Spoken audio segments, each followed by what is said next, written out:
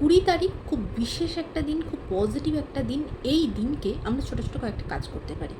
আমাদের নিজেদের কোনো একটা মনস্কামনা পূরণের জন্য এই কাজটা করতে পারি, বা জীবনে কোনো একটা প্রচণ্ড ব্লক হয়ে আছে, কোনো একটা জায়গায় কোনো একটা ব্লকেজ হয়ে আছে, বা কোনো কিছু নিয়ে প্রচণ্ড দুর্ভোগের ভেতরে দিনটা কাটছে আপনার, সেই জায়গাটাকে সরানোর জন্য আমরা ঈশ্বরের কাছে প্রার্থনা করতে পারি, এবং একটা ছোট্ট রিচুয়ালস এই দিন আমরা করতে পারি। কি করব? সবার আগে যেটা দরকার লাগবে, একটা হলো পাকা, একদম হলুদ রঙের পাকা একটা লেবু, পাতি লেবু, এবং সেটা দেখে নেবেন একটু বড় সাইজ যেন হয়। আর যদি একদম পাকা, একটু তপতপে পাকা পান, সেটা খুব ভালো হয়, হলুদ লেবু হবে। তার সাথে 21টা ফুলওলা লবঙ্গ, ভাঙা ফাটাফুটি যেন না হয়, একটু চেক করে নেবেন, 21টা লাগবে। এবার ওই দিনকে 20 তারিখ সকালবেলা ফ্রেশ ট্রেশ হয়ে একদম নিজেকে সবার আগে শান্ত করবেন। আপনি কোন কারণে, কোন বিশেষ কারণে কাজটা করতে চাইছেন, আগে সেই জায়গাটাকে ক্লিয়ার করবেন।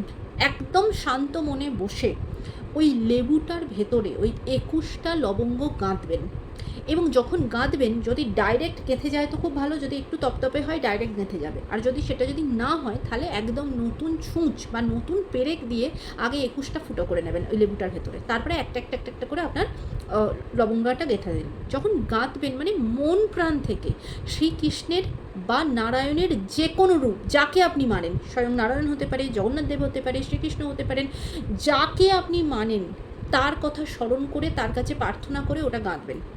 গেঁথে ওই লেবুটাকে হাতে নিয়ে নিজের সমস্ত প্রার্থনা, কী কারণে এই কাজটা আপনি করছেন, কোন বাধাটা আপনি চাইছেন আপনার জীবন থেকে সরে যাক, বা কোন মনস্কামনাটা আপনি পূরণ করতে চাইছেন, সেটা ঈশ্বরকে জানাবেন।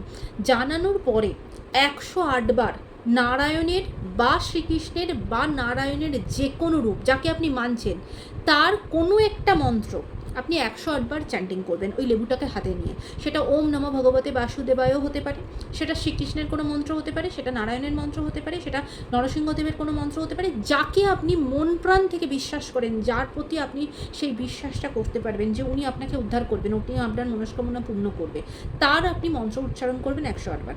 সেটা করে ওই লেবুটা নিয়ে আপনার বাড়িতে নারায়ণের যে ফটো, মূর্তি বা যে কোনো রূপের, তার পায়ের কাছে ওই লেবুটা রেখে দেবেন। সেটা সারা দিন থাকবে, সারা রাত থাকবে, ওটাকে আর সরাবেন না, হাত দেবেন না, কিচ্ছু না, ওরমভাবে রেখে দেবেন। তারপরে পরের দিনকে আপনি আবার স্নান করে ফ্রেশ ট্রেশ হয়ে ওইটা নিয়ে, ওই লেবুটা নিয়ে কোনো ফ্লোয়িং ওয়াটারে, গঙ্গা নদীতে ভাসিয়ে দিতে পারেন, অন্য কোনো নদীতে। আর যদি নদী না থাকে, তাহলে অশ্বত্থ গাছের সামনে বা অশ্বত্থ গাছের গোড়াতে প্রণাম জানিয়ে, ঈশ্বরকে প্রণাম করে ওই লেবুটা রেখে চলে আসবেন, এবং ঈশ্বরকে মনে মনে প্রার্থনা করবেন যাতে আপনার যে কারণে আপনি কাজটা করলেন সেটা যেন পূর্ণ হয়।